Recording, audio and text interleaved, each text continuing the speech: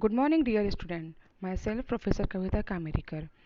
Today we will discuss the next topic from our syllabus from unit number 1, that is DC emitter. In the last class, we have discussed about the types of instruments. There are two types of instruments, basically absolute or primary instrument and secondary instrument. The secondary instrument can be classified into indicating, recording and integrating type of instrument. The indicating instruments we will discuss here in detail because it is used in the emitters and voltmeter circuits. So what is indicating instruments? As we have discussed in the previous class also, indicating instruments indicate the value of the electrical quantity to be measured generally by the deflection of the pointer on a calibrated scale. The examples of indicating instruments are voltmeter, ammeter, wattmeter, etc. So now we have to discuss what are the essential systems for indicating instruments. First is a deflection system, second is a controlling system, and the third one is a damping system. What is deflection system? Deflection is that part of the instrument mechanism which utilize some physical effect of electric current or voltage to produce a mechanical force. This deflection or force causes the system along with the pointer attached to it to move from its zero position.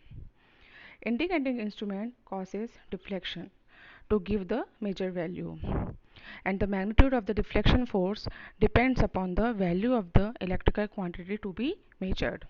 So it is very much required in a indicating instrument. Next is control system. Control system is that part of the instrument which brings into play a force called as controlling force. These forces oppose the deflection force and increase with the increase in the deflection of the moving system to limit its movement. Basically, in this mechanism, the movement of the pointer will controlled by this instrument. Otherwise, the pointer may move to the highest value due to the moment of inertia, and it will indicate the wrong value. The pointer is brought to the rest position where the two opposing forces, deflection and controlling forces, are equal. Pointer balance value पर आएगा जब दोनों forces equal रहेंगे, deflection force और controlling force. So this is basically a control mechanism. There are two types of control mechanism. First is spring control and the second is gravity control. PMMC जो हम पढ़ेंगे इसके बाद DC ammeters के लिए, उसमें हम स्प्रिंग कंट्रोल को ही यूज़ करेंगे. In the spring control, the control system is used spring to maintain the balance, and in the gravity control some weight is used there to maintain the control. Next is damping system.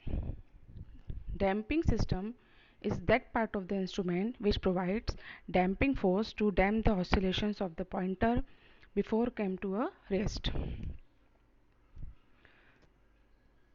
Because of the inertia, the pointer of the instrument oscillate about its final deflected position for some time before coming to rest.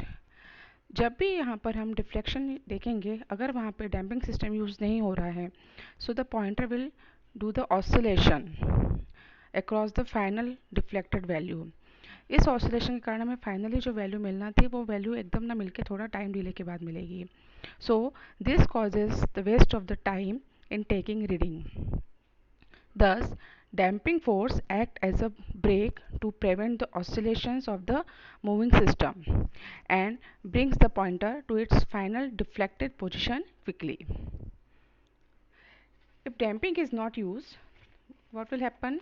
Then the pointer will deflect or oscillate at the final deflected value. So, damping force is the force which makes the pointer to come to the rest position without overshooting.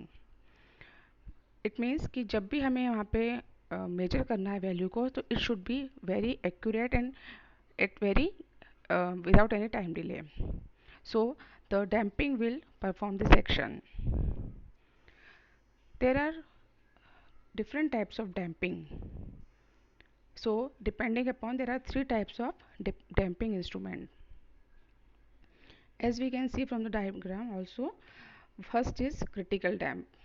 In the critical damp, pointer rises quickly to its final position without oscillation.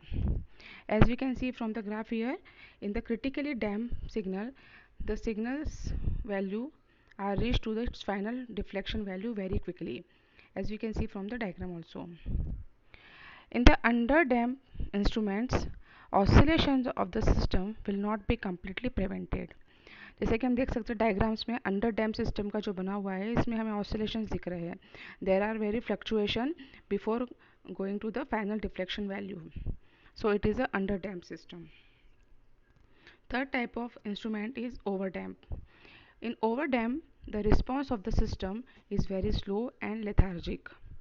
Diagram में देखिए आप, इसमें over damp system में जो हमें response मिल रहा है वो बहुत स्लो मिल रहा है और फाइनल डिफ्लेक्शन वैल्यू पे जाने के लिए ये बहुत ज़्यादा टाइम ले रहा है.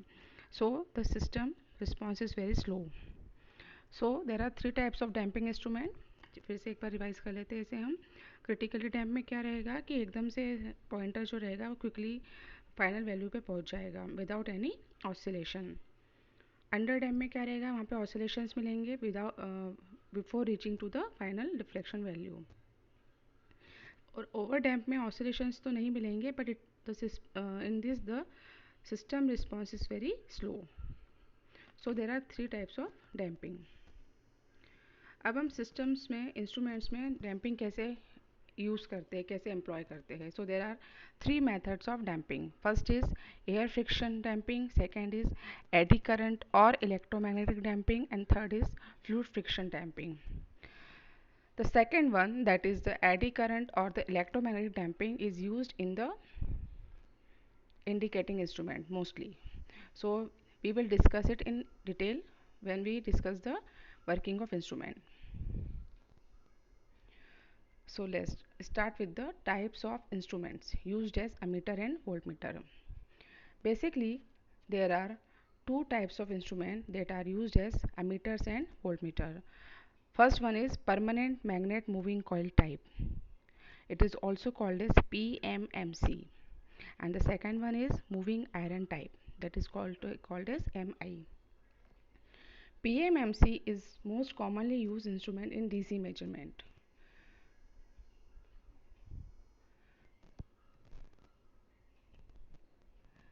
As we can see from the slide, the principle of PMMC is based upon the electromagnetic induction.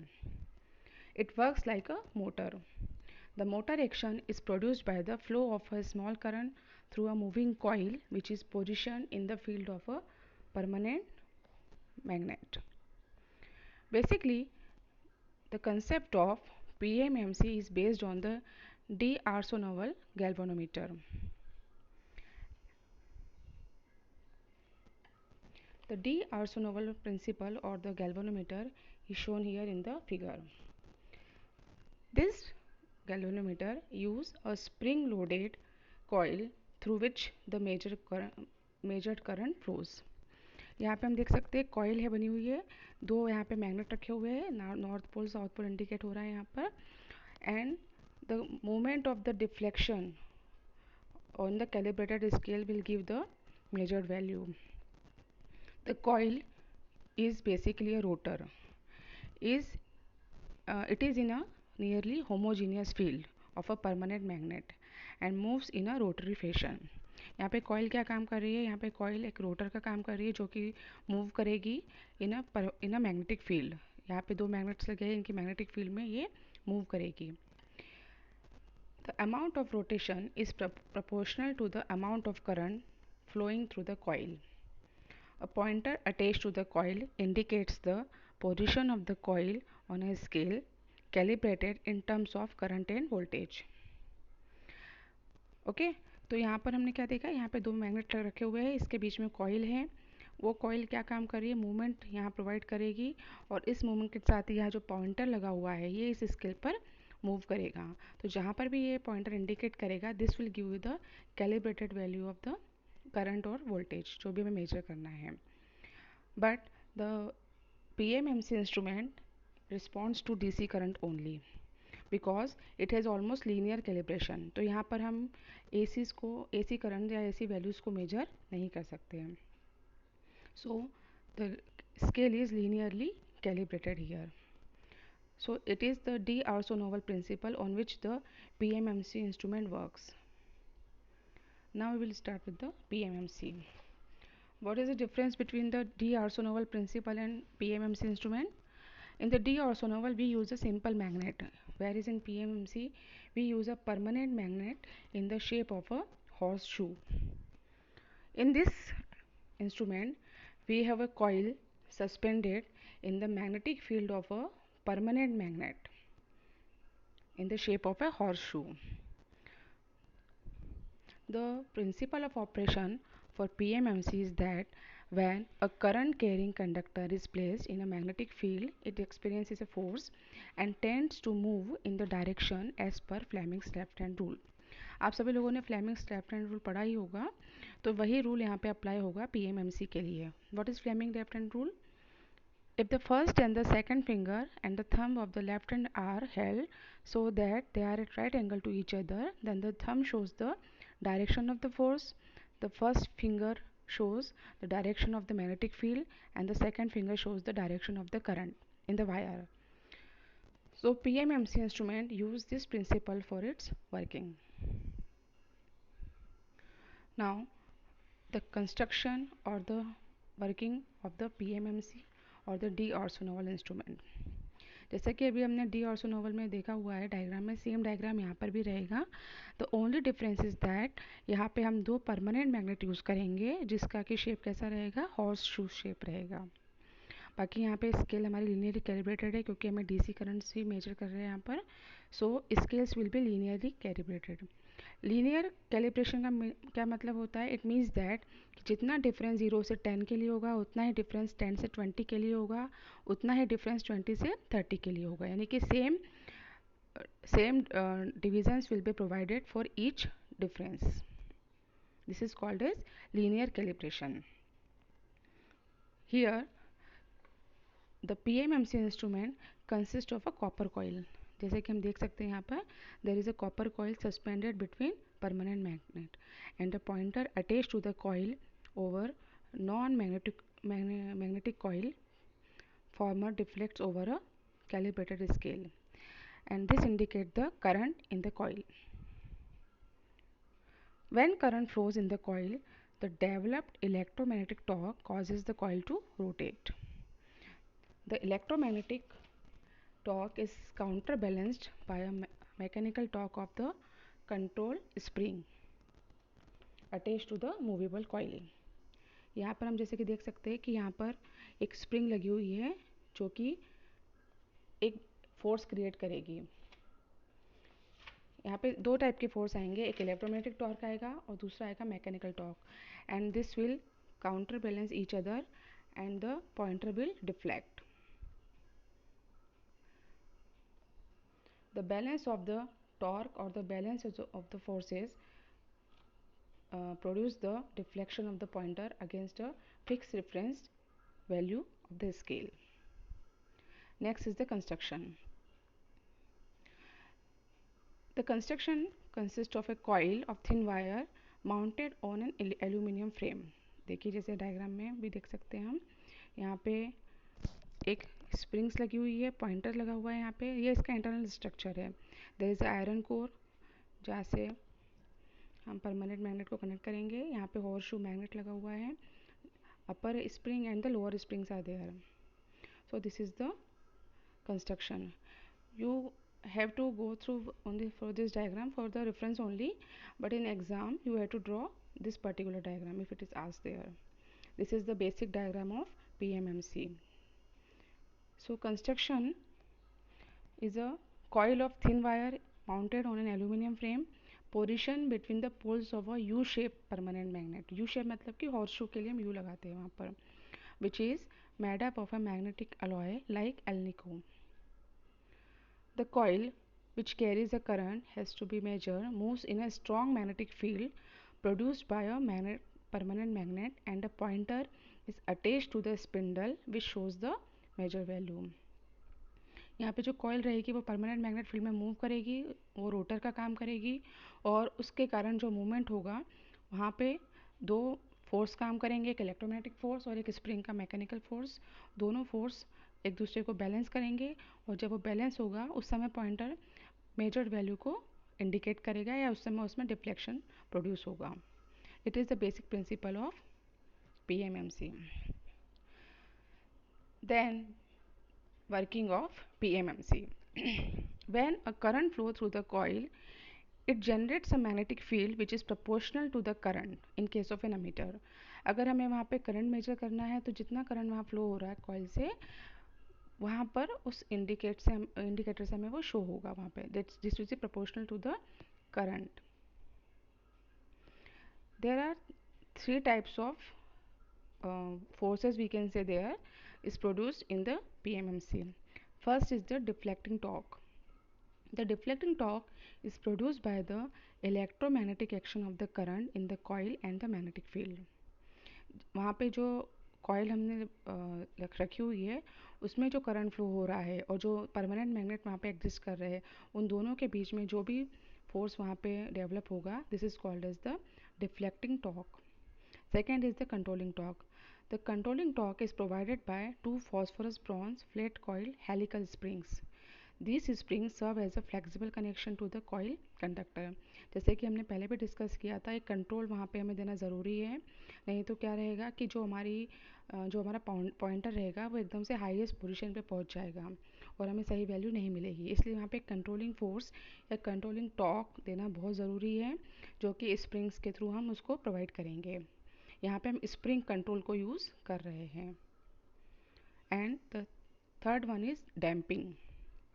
जैसे कि हमने पहले भी डिस्कस किया था डैम्पिंग क्यों ज़रूरी है कि उसमें ऑसिलेशंस ना आए. तो यहाँ पे डैम्पिंग प्रोवाइड करने के लिए हम एडी करंट मेथड यूज़ करेंगे. The eddy current setup in the aluminium coil which prevents the oscillation of the coil. यहाँ पे जो भी कॉइल हम यूज़ कर रहे हैं एल्यूमिनियम कॉइल उसमें एडी करंट फ्लो होगा and this will prevent the oscillation of the coil. Eddy current और the electromagnetic current will cause the damping in the PMMC. Okay, in the next slide यहाँ पे एक diagram मैंने लिया हुआ है. इस डायग्राम से आपको और क्लियर हो जाएगा किस तरीके से यहाँ पर इस सारे फोर्स ऑपरेट करते हैं. Deflecting force, controlling force and the damping force. Three forces operates in a electromechanical movement. क्या होता है यहाँ पर the magnetic field due to current in the coil interacts with the field of magnet resulting in deflection of coil. यहाँ पे दो तरीके की मैग्नेटिक फील्ड प्रेजेंट है. एक तो है due to current in the coil, coil में भी मैग्नेटिक फील्ड रहेगी और दूसरा यहाँ पे जो हमने परमानेंट मैग्नेट यूज़ किया हुआ है इसमें भी मैग्नेटिक फील्ड रहेगी. तो इन दोनों के आपस का जो इंट्रैक्शन होगा this will decide the movement. तो यहाँ पे आप देख सकते हैं कि यहाँ पे डिफ्लेक्टिंग फोर्स का डायरेक्शन क्या है. Deflecting force in the PMMC due to current in the coil. यहाँ पर जो परमानेंट मैग्नेट की फील्ड से वो अलग जा रही है और जो करंट हो रहा है कॉइल में जो मूव हो रहा है जो इसमें डेवलप हो रहा है this is the direction of the current in the coil. So these two forces counter balance each other and provide the deflection of the pointer. So this is the deflecting force in the PMMC due to current in the coil. अगर इसमें current flow होता रहेगा तो यहाँ पर ये force develop होता रहेगा और यहाँ से हमें डिफ्लेक्शन मिलता रहेगा. Next is the controlling force. इस डायग्राम से हमें और क्लियर हो जाएगा what is the controlling force. यहाँ से डिफ्लेक्टिंग फोर्स मिल रहा है और यहाँ से कंट्रोलिंग फोर्स. ये हमारा पॉइंटर है. ये पॉइंटर क्या शो करता है वैल्यू ऑन द स्केल. अगर ये पॉइंटर मूव करता रहे या ये एकदम से हाईएस्ट वैल्यू पे पहुंच जाए तो हमें सही वैल्यू नहीं मिलेगी. तो यहाँ से हमने जो कंट्रोलिंग फोर्स दिया हुआ है ये किसके थ्रू दिया है स्प्रिंग से. The spring is attached to the pointer is use to balance the deflecting force. क्योंकि डिफ्लेक्टिंग फोर्स इतना ज़्यादा रहता है कि वो एकदम से पॉइंटर को मूव कर सकता है. तो उसको मूव ना होने देने के लिए वहाँ पे हमें एक काउंटर बैलेंस करने के लिए कंट्रोलिंग फोर्स देना बहुत ज़रूरी है. So the pointer stops where deflecting force equals to the controlling force. ये हमें जो वैल्यू देगा वो कब वैल्यू मिलेगी, कब वो फाइनल वैल्यू पे पहुंचेगा जब ये दोनों फोर्स एक दूसरे के इक्वल हो जाएंगे. So the pointer will show the value on the scale when these two forces are equal. तो इसके लिए ज़रूरी है कि डिफ्लेक्टिंग फोर्स और कंट्रोलिंग फोर्स दोनों एक दूसरे को बैलेंस ईजिली कर सके. So it is very important diagram where the controlling force is shown. Next is the damping force. जैसे कि हमने पहले भी डिस्कस किया है, what is damping? Damping is to prevent the oscillation. अगर यहाँ पर डैम्पिंग होगी तो जैसे कि हम देख सकते हैं यहाँ पे ग्राफ बना हुआ है विथ डैम्पिंग पॉइंटर ऑसिलेशन, और दूसरा क्या है, pointer oscillation with no damping. अगर अभी हमने डैम्पिंग यूज़ नहीं की है तो हमें कैसा मिलेगा, ऑसिलेशंस मिलेंगे विदाउट डैम्पिंग. और अगर हमने डैम्पिंग यूज़ की है तो क्या मिलेगा, स्ट्रेट लाइन. डायग्राम में देख सकते हैं आप, हमें यहाँ पे एक स्ट्रेट लाइन दिख रही है. तो यहाँ पे ये जो ऑसिलेशंस मिल रहे हैं, this is not required, this is not desirable, क्योंकि जब तक ऑसिलेशन होंगे, देखिए आप पॉइंटर ऑसिलेशंस भी यहाँ पे शो हो रहे हैं. ये जो पॉइंटर है ये मूव करता रहेगा, ये सही वैल्यू नहीं देगा. इट विल डिफ्लेक्टेड और it will be oscillate at the final value. बार बार ऑसिलेशंस मिलते रहेंगे, करेक्ट वैल्यू हमें नहीं मिलेगी. So to prevent the oscillations we have to use damping. Damping के लिए हम क्या यूज़ कर रहे हैं यहाँ पर, it is we have used aluminum foil here to provide eddy current for the damping. Okay, so we can discuss here again that pointer and coil tend to oscillate before setting. Damping force is provided by eddy current in aluminum coil former. यहाँ पे एक aluminium coil रखी हुई है. ये aluminium coil क्या काम करेगी, it will provide the eddy current, जो कि डैम्पिंग प्रोवाइड करेगी. बेसिकली कि यहाँ पर एक फोर्स अप्लाई कर रहे हैं जो कि पॉइंटर को ज़्यादा मूव नहीं होने देगा, उसमें डैम्पिंग देगा, यानी कि जल्दी से वो अपने फाइनल वैल्यू पर पहुँच जाए विदाउट एनी ऑसिलेशन. तो यहाँ पर हमने 3 टाइप के फोर्स डिस्कस किए, डिफ्लेक्टिंग फोर्स, कंट्रोलिंग फोर्स और डैम्पिंग. डिफ्लेक्टिंग के लिए हम वहाँ पर जो भी 2 फील्ड्स वहाँ पे प्रोड्यूस हो रही है, कॉइल के कारण और दूसरा वहाँ पे परमानेंट मैग्नेट लिया है उसके कारण. तो जब दोनों फील्ड एक दूसरे को इंटरेक्ट करेंगी तो वहाँ पर कॉइल का मूवमेंट शुरू हो जाएगा. When the coil will start to move, it is a rotor, then the pointer will start to move. Pointer कहाँ हो जाएगा, pointer will show the any value on the scale और it will start to deflect. अब अगर वो deflect हो रहा है तो वो डिफ्लेक्ट होकर किसी भी वैल्यू पे जा सकता है, लेकिन उसको हमें एक डिज़ायर्ड वैल्यू पे ही रखना है. तो वहाँ पर हमने कौन सा फोर्स लगाया है, कंट्रोलिंग फोर्स. कंट्रोलिंग फोर्स हम कहाँ से दे रहे हैं, we have to use spring there to maintain the balance between the deflecting force and the controlling force. तो जब दोनों फोर्स इक्वल हो जाएंगे तो हमें फाइनल डिफ्लेक्टेड वैल्यू मिल जाएगी. Okay, and the third is the damping. Damping क्या है, अगर वहाँ पर हमें फाइनल डिफ्लेक्ट वैल्यू मिलने में टाइम लग रहा है तो वहाँ पे वो रीडिंग हमें एग्जैक्ट नहीं मिलेगी. रीडिंग जो रहेगी that will be fluctuate across the final value. तो वो ऑसिलेशंस ना हो, उन ऑसिलेशंस को प्रिवेंट करने के लिए we have to use damping. और डैम्पिंग के लिए वहाँ पे हम क्या यूज़ कर रहे हैं, we have to use aluminium coil and this coil provide the eddy current for the damping. तो ये तीनों आपको बहुत याद रखना है, it is very important in terms of PMMC. Now the next is torque equation of PMMC type. As the current I flow in the coil having n turn, the resultant force on one side of the coil is F equals to BLIN Newton, where B is the magnetic field, L is the length, I is the current, and N is the number of turns in the coil. As the total force on the coil is twice as it is exerted on the two sides, दोनों side से उस पर force आ रहा है, so the force equals to the twice of this F equals to 2BLIN. If the radius of the coil is R, then the deflecting torque on the coil, it will be TD equals to 2BLINR, where we can write as BLIND, and the D is the diameter. ये हम पहले भी discuss कर चुके हैं, that the controlling torque is proportional to the pointer deflection angle. So the pointer deflection angle with the spring constant K, the torque क्या हो रहेगा वहाँ पर, TC equals to K theta. And this is the controlling torque. TC क्या है यहाँ पे? This is the controlling torque. TD क्या है? Deflecting torque. So the value of TD is BLIND and the value of controlling torque is K into theta. The theta is the deflection angle. In this equation, all quantities except theta and I are constant as for an PMMC instrument. So, and theta equals to C into I, where C is a constant. So, theta proportional to I.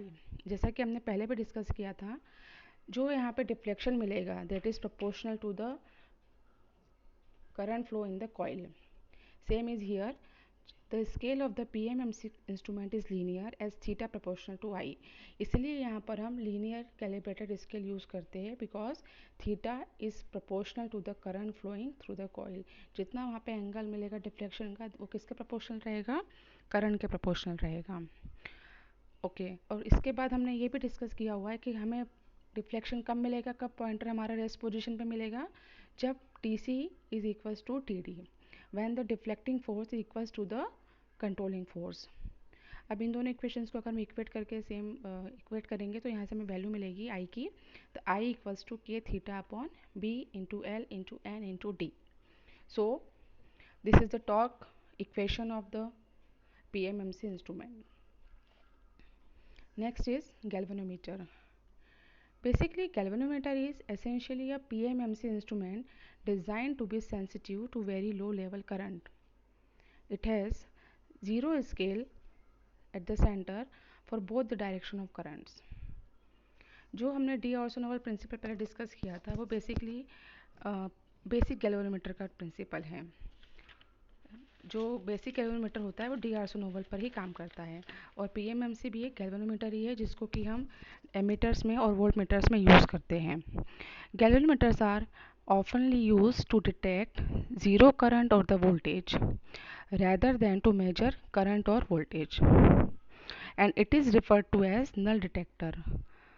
Okay यहाँ पे आप देख सकते हैं कि एक shunt resistance लगा हुआ है. So protection from high current और voltage is provided by using adjustable shunt resistor. Galvanometer या PMMC को हम यूज़ करेंगे DC एमीटर और DC वोल्टमीटर को बनाने के लिए.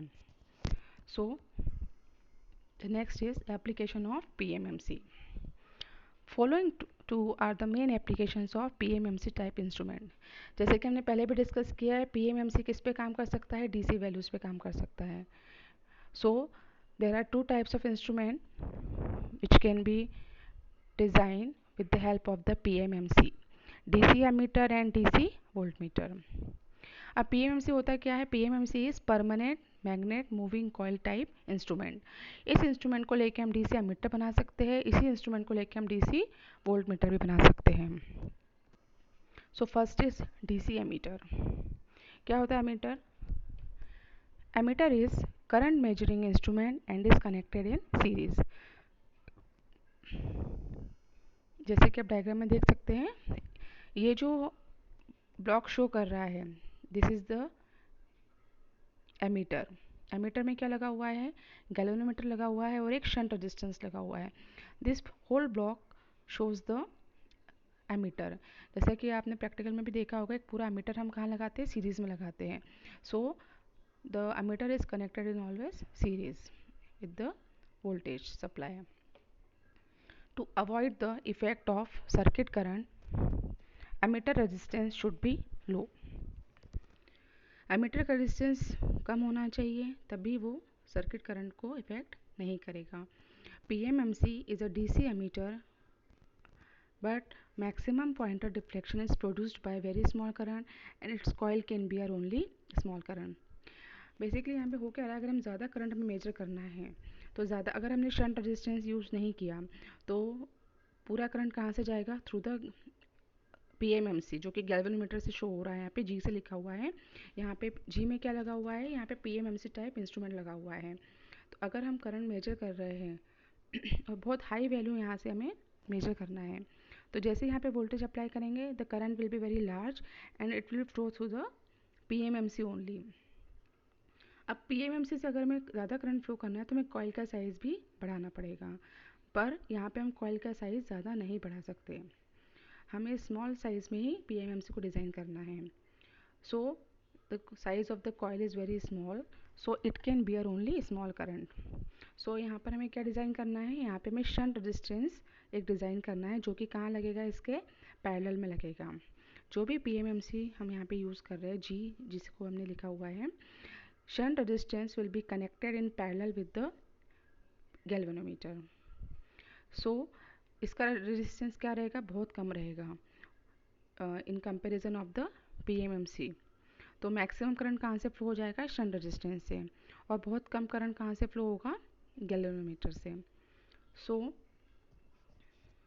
यहाँ पर जितना भी करंट गैल्वेनोमीटर से फ्लो हो रहा है, यहाँ पे जी में क्या लगा हुआ है, एक पॉइंटर लगा हुआ है, जैसे कि हमने पढ़ा हुआ है, यहाँ पे पूरा PMMC लगा हुआ है, तो इसके अंदर एक पॉइंटर भी है, तो वो पॉइंटर क्या शो करेगा, वैल्यू शो करेगा.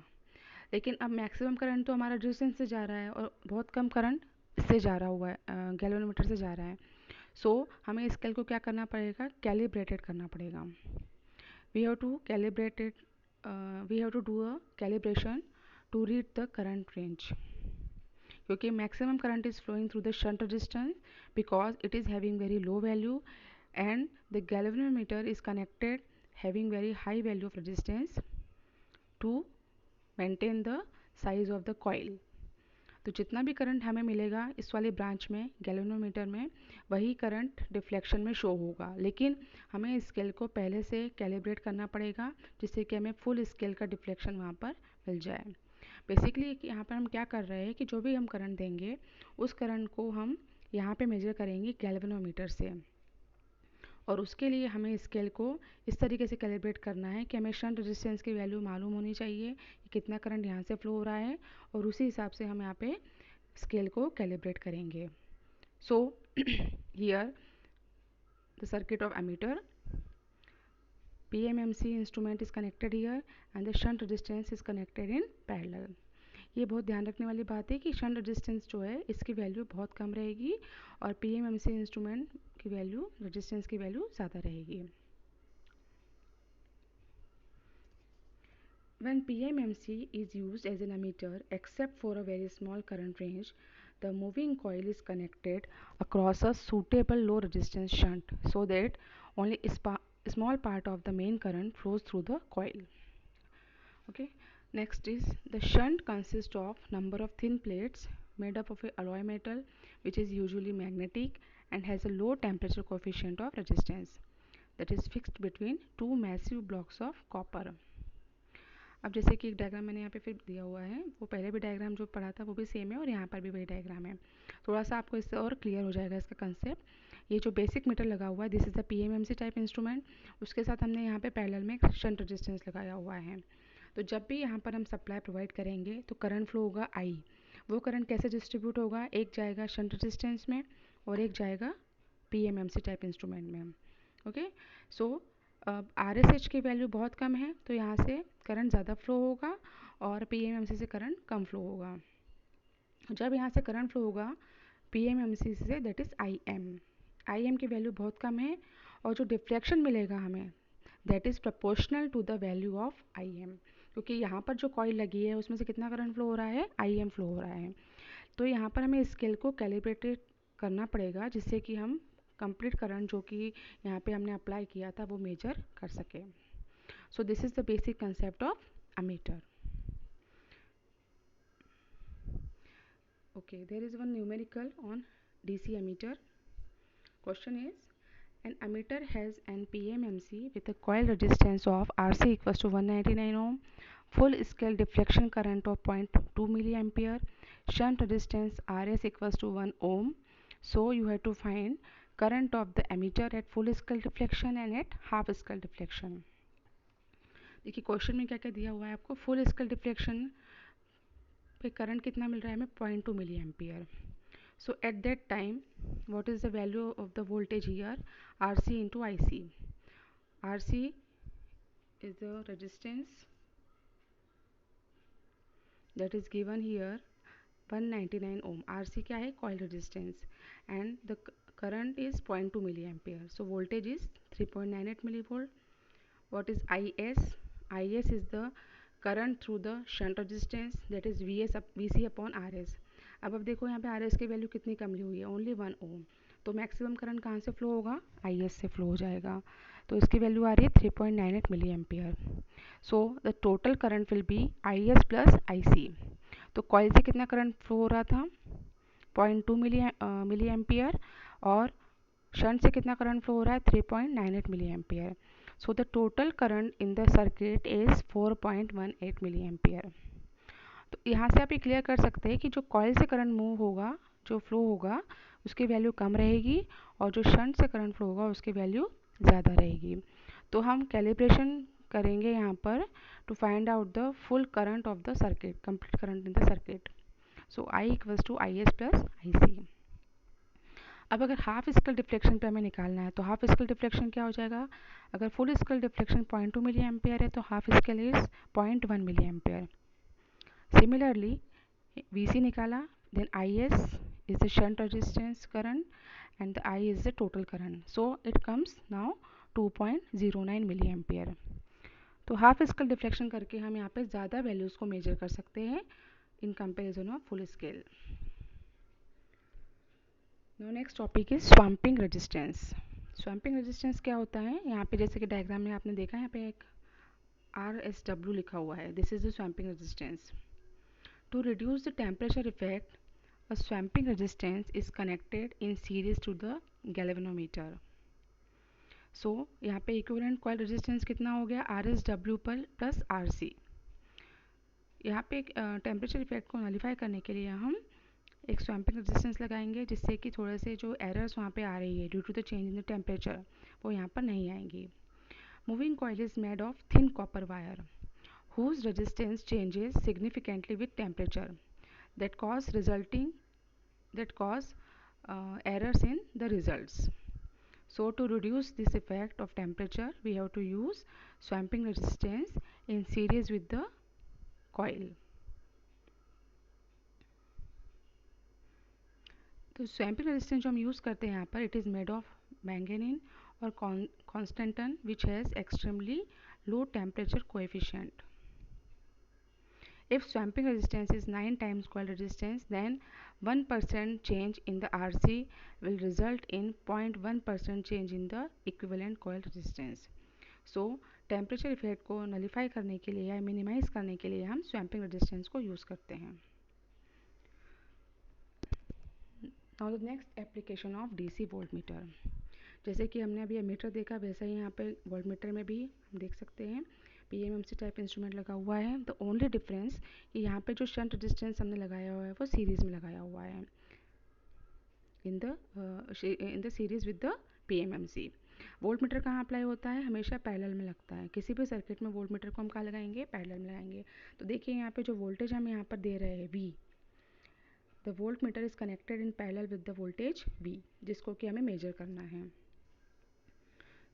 So the coil current of galvanometer is proportional to the voltage across the coil and the scale can be calibrated to measure the voltage to make it a voltmeter. अभी हमने इसके पहले जो ammeter पढ़ा था उसमें हमने जो भी हमें डिफ्लेक्शन मिलता था that is proportional to the current. अब अभी हमें यहाँ पे क्या करना है, यहाँ पर हमें the deflection will be proportional to the voltage in the circuit. Coil resistance is usually very small, therefore coil voltage is very small. Voltage range is increased by connecting a series resistance with the galvanometer. This series resistance is termed as multiplier. Sensitivity is defined as voltmeter resistance per volt. To avoid loading effect, voltmeter resistance is very high. यहाँ पर जो हमने shunt resistance लगाया हुआ है ये एक multiplier का काम करेगा और ये कहाँ लगा रहेगा, PMMC के साथ सीरीज़ में लगा रहेगा. Volt meter is always connected in parallel with the supply. When PMMC is used as a voltmeter, the coil is connected in series with the high resistance. देखो जैसे यहाँ पे डायग्राम बना हुआ है, इसमें सेम डायग्राम यहाँ पर भी शो हो रहा है. जो PMMC टाइप इंस्ट्रूमेंट है RM शो कर रहे हैं उसे हम, उसके साथ हमने एक रेजिस्टेंस लगाया हुआ है जो कि सीरीज़ में है RS. यहाँ पे तो करंट सभी में सेम रहेगा. The same moving coil can be used as ammeter और voltmeter with an interchange of this arrangement. Same PMMC को हम अमीटर भी बना सकते हैं, उसी को हम वोल्ट मीटर भी बना सकते हैं। अगर हमने शंट रेजिस्टेंस लगा के उसको सीरीज़ में कनेक्ट कर दिया सर्किट के साथ में तो वो अमीटर बन जाएगा। और अगर वोल्ट मीटर बनाना है तो PMMC के साथ हम सीरीज रेजिस्टेंस लगाएंगे RS, और उस पूरे अरेंजमेंट को हम पैरेलल में कनेक्ट कर देंगे सप्लाई के साथ, तो ये वोल्ट मीटर बन जाएगा। So PMMC can be used as ammeter और voltmeter for the DC measurements of voltage and current. Now the next is advantages of PMMC type. The PMMC consumes less power and has great accuracy. It has uniformly divided scale and can cover arc of 270 degrees. The PMMC has a high torque to weight ratio. It can be modified as ammeter or voltmeter with suitable resistance.